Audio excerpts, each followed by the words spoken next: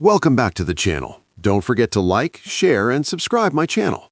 Today we are explore how to make object isolation accurate with mask overlay.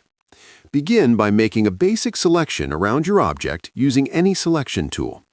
Open Select and Mask and enable Mask Overlay View Mode to clearly visualize isolation areas. Use the brush tool to refine edges, painting carefully along object boundaries.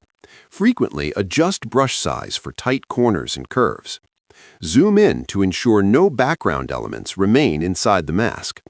A useful tip is to toggle the overlay visibility to double-check accuracy. Finish by exporting the selection as a layer mask.